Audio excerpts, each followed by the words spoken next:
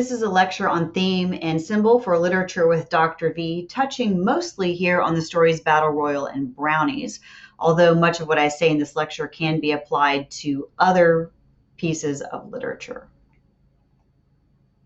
The first thing I want to discuss is theme versus subject. Most of the time when people talk or write about themes, they identify with the subject, but not the theme. Theme is something that cannot and should not really be expressed in a single word. If you are saying, hey, it's about alienation, that's not the theme. It's actually the subject of whatever the reading is, or it really could be a show, movie, or whatever. The theme isn't the same as the conflict either, self versus self, for example. That said, the subject and the conflict certainly have a lot to do with the theme. So how do you get at theme? How do you write about it? Let's dig in. First, I want to get back to that idea of subjects as like one word or maybe a few. I think I top out here on this list with 3 words for something. Subjects in literature, super common ones, are what you see on the screen here. You might have a combination of what you see here in a reading. Again, I think this really translates well to analyzing film. It even works for music too. Pause and take a look at this list for the sake of the video. I'm going to move on. Theme is a central idea or message about the human condition. So when you look on the right-hand side, you see some things here: human nature, human society, how we live our lives, common problems. That's what the human condition entails. There are a whole set of questions that go along with this. I'll touch on them here. I'll read them. Actually, it's the notes section of these. If you click on the slides that go with the lecture, you can access what I'm about to read. Common questions about the human condition involve questions like this. What does it mean to live a good life? How should parents act towards their children? What about children towards their parents? How do we handle it when people alienate us or discriminate against us? Should we be original or conform to standards? How do we become adults? What is the process of growing up, of maturation? How are generations different from one another? How do we react to genders? How should we react to excessive poverty or wealth? Are people naturally good or evil? Are we born with inherited traits, or are we born as blank slates? Is law and order more important than freedom? Do we have free will, or are we determined by our genetics and or environment? Are we more individual or social? Are there universal truths that we can know? What is the best way for people to live together? Are we obligated to care for the weak and the poor, or should they fend for themselves? Is it natural to have equality or hierarchy in a society? How should we treat the environment? Huge questions, not answerable in a word or even a few. In fact, right now, as I read that list, I get a little mind blown, and I think you might feel that way listening to the lecture. It's important, and I'm going to make sure I put a note with this lecture. You don't have to try to copy all those questions down. It's just to get you thinking about how large this idea of the human condition is compared to something like that list of subjects. How do you get from subject to theme? First, you have to consider the plot. On this slide, I move from plot to subject to theme. For the sake of time, I'm going to ask you to pause and read what's on this slide.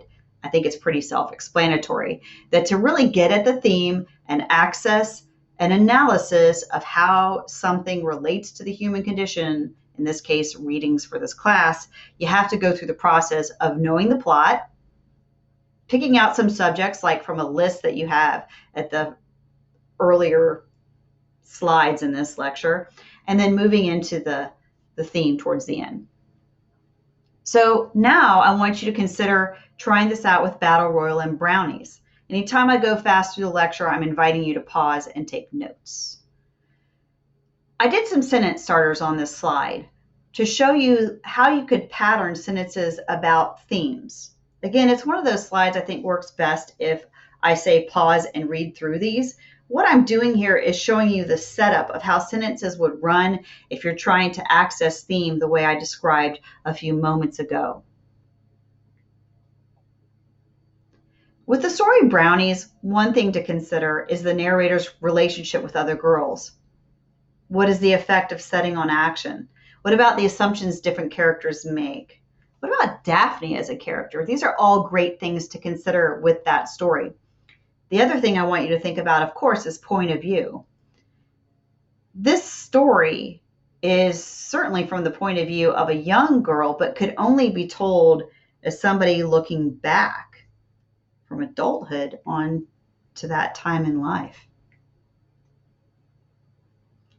Here's one of my collection type slides where I have a whole bunch of ideas written on here to consider for this. Why Laurel, aka Snot, as the narrator? What is the effect of the setting on the action? How does Laurel's background change her perspective, and so on? So with this slide, I invite you to pause and read again. The one thing I'm going to touch on before moving on is the repetition down here, because this is where I think we have something very similar to the ending of Bullet in the Brain.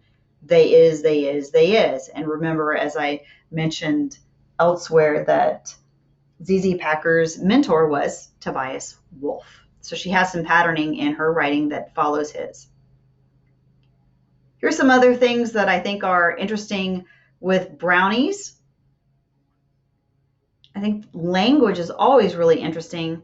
And if we're going to start moving towards the way this story pairs up with other readings, we have the Epiphany at the end with this line that I'm circling on right here. We could pull together language here versus Battle Royal. Certainly, I already mentioned language in Brownies as associated with Bullet in the Brain, which has its own epiphany. The heartbreaking turn or twist in Brownies compared to Battle Royal is something that could be touched on. I also think Brownies makes a point about storytelling in general. That's kind of a challenge question to think about that one. Both of these stories, Brownies and Battle Royal, that is, are about identity, an individual against a social problem. Both stories involve empathy. There's a creation of empathy in the reader for these characters. They are both Bildungsroman type stories, coming of age, where you have somebody growing up. And both of these stories involve stereotypes. Brownies in a particularly interesting way. We move into Battle Royal. Here's a splash list for the story. It uses symbol and allegory heavily.